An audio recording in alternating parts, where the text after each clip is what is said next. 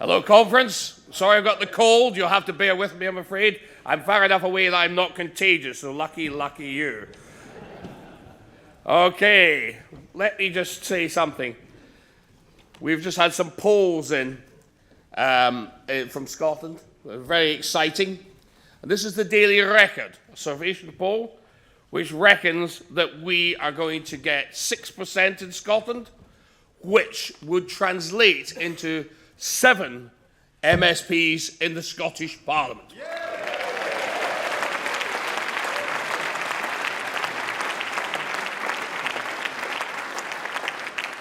They said we'd never get an MEP. They said we'd never get an MSP. As a matter of fact, one of the leaders of the Scottish Parliament said that if David Coburn walks through the doors of the Parliament, it would be better off if it was closed. That'll be an interesting meeting when I chat with him, if he's still in the Parliament. Well, Ruth Davidson, the Scottish leader, said she would sign any worthless piece of paper Cameron brought back from Munich. Strasbourg.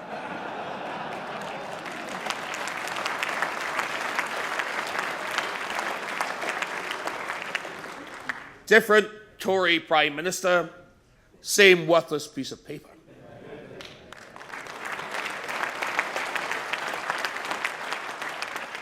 The Tories in Scotland have rolled themselves out of contention after her backing of the Cameron's nonsense. But 70% of people in the Conservative Party in Scotland do not agree with her. So they, I would assume and would encourage, to vote for UKIP in their first vote, and if not, in their second vote.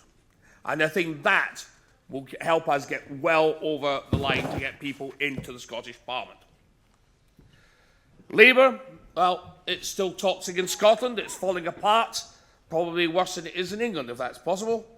But the leadership, they support the EU, but that's not true of the ordinary Labour supporter in the street who fear for their salaries being compressed with competition from European workers coming over with the open door immigration policy. They're worried about their salaries compressed. They're also worried about their rents going up. They're worried about losing their social housing or not getting social housing.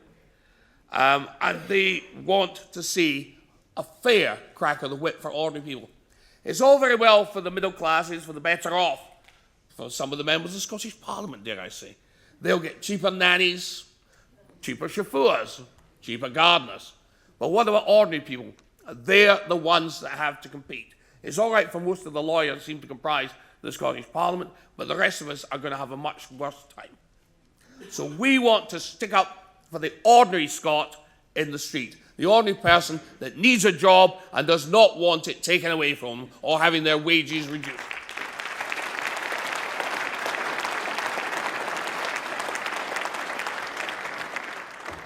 The SNP, well, they're in an impossible position. They're hoisted by their own petard. Hey. They claim to be nationalists. Well, I mean, how can they? They don't want the 200-mile fishing limit brought back from Brussels. And that's what you get if you got Brexit. We get our 200-mile limit back that was given away by, let's hear it, Ted Heath, Geoffrey Rippon, who gave away Scottish fishing grounds as a prize for getting into the European Parliament. That was wrong then, it is wrong now. We want our fishing back. It's a major industry for Scotland. Spanish fishermen are plundering our territories. We can have that business in Scotland, and it's not just the fishing boats, it's also canning factories, fish products, old Mrs. McTumshe's, Finn and Haddie's, whatever. There are so many luxury items of seafood that we can produce in Scotland, and that is something I want to see happening. I'm really disgusted.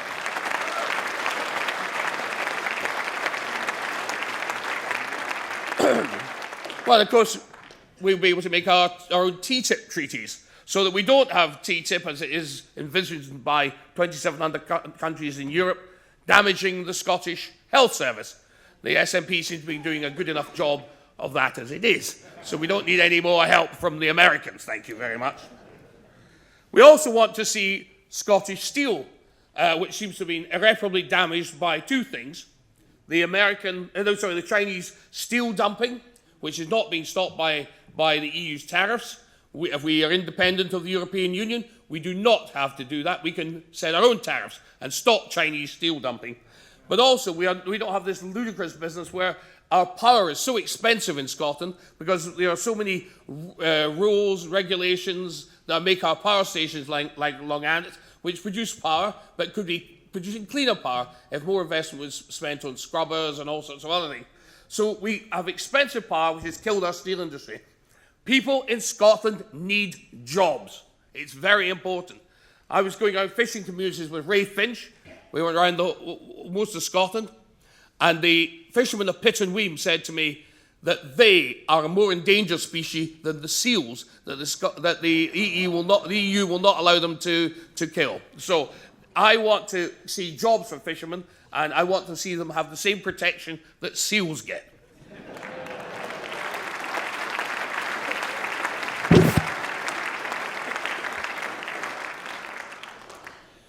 The SNP, as I said before, they're not a nationalist party.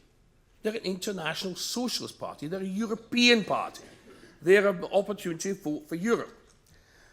Two of the former members, are much more honourable. Jim Sillars and Gordon Wilson, very leading lights of the SNP. They are for out. They are for Brexit. And the reason for that is because they believe that that's a more honourable position to hold. You cannot be wanting Scottish independence on the one hand that we banged on about during the referendum forever. We can't have that and at the same time be ruled by Brussels. There's no logic to it. The only reason for that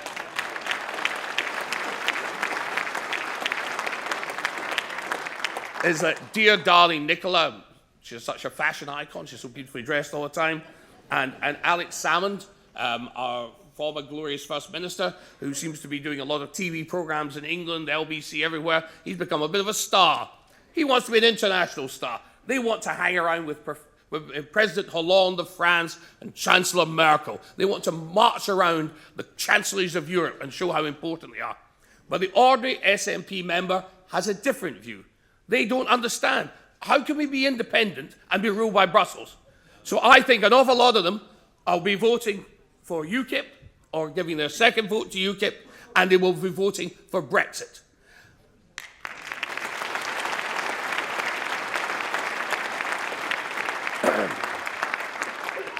A Guardian poll recently came out, I think it was this week, they came out and said that 60% of Scots were Eurosceptics. And all this nonsense about Scots not being Eurosceptics is that, pure bunkum. Because when I knock on doors, people look and they say, I'm voting for you, I'm voting for Brexit, but don't tell anybody. There's a palpable fear in Scotland of the SNP that you can lose your job, or you can find that you don't get that promotion if you work for the health service, work for the police, work in the civil service. Whether it be true or not is another matter, but that is the perception. People are scared. And in private enterprise, they're scared because look what happened to Barhead Travel. They were mobbed by the cybernats during the referendum, and it just nearly destroyed their business. Now, if there's that palpable fear in Scotland, no wonder the pollsters are getting very, very odd views on the doorsteps. Very few people are going to say, oh yes, I'm on your side, because they'll lose their jobs or they will have a very bad time in their jobs or they won't get that promotion they wanted. So don't believe what they say in the polls. Things are not quite as they seem. Well, I want to see a UKIP body in the Scottish Parliament. We don't fear it, we embrace it. We want to put UKIPers in the Parliament. We believe that a Scottish Parliament responsible for raising the money it spends will be an awful lot more responsible for how they spend it if they've had to raise it. And I think it's high time they did.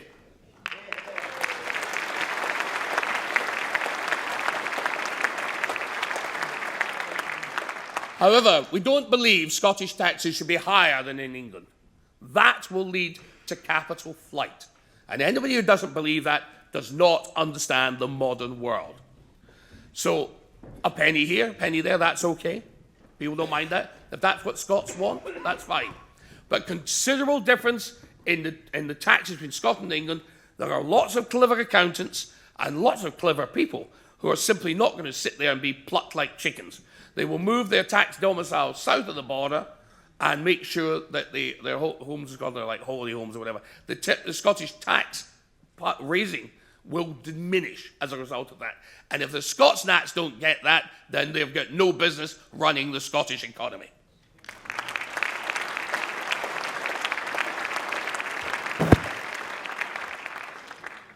UKIPers want a Scottish Parliament making sensible decisions, logical decisions, and being responsible for the decisions they make, financially responsible. If the Scots Parliament does not make the correct decisions, then it must, in some ways, take responsibility for that, and that will be shown up in how much pain is inflicted on the Scottish voter. And the Scottish voter will in turn see that it's not always wicked Westminster. No. It's probably wicked Holyrood. At the moment, our farmers aren't getting their money back. There's big delays over that, and that's thanks to the Scottish government. I want to see the farmers in Scotland get the money directly from Britain. I don't want to see it go via Brussels, where a great chunk of it is hived off for Brussels. Germany and France are the only serious contributors to the European budget. So why don't we cut out the middleman? Why don't we just take the British taxpayers' money and pay it directly to the farmers and cut out the middleman?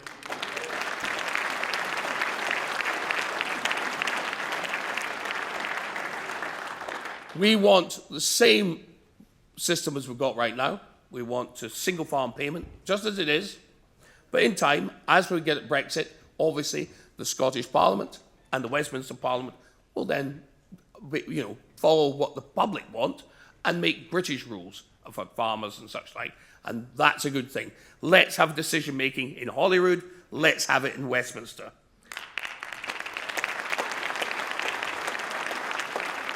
When you see the floods that have devastated Scotland, especially in the borders, terrible floods, a lot of that's been caused by not dredging the rivers. And that, ladies and gentlemen, is down to the EU rules about dredging rivers. There is no point in some body over in Brussels making decisions about dredging rivers in parched Sardinia and then translating that to Scotland where we have an overabundance of water. It makes no sense at all.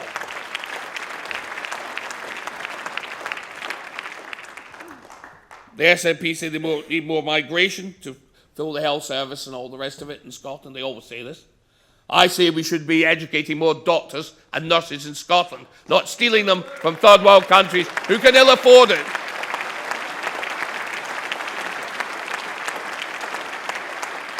That, ladies and gentlemen, is thoroughly immoral. Thoroughly immoral.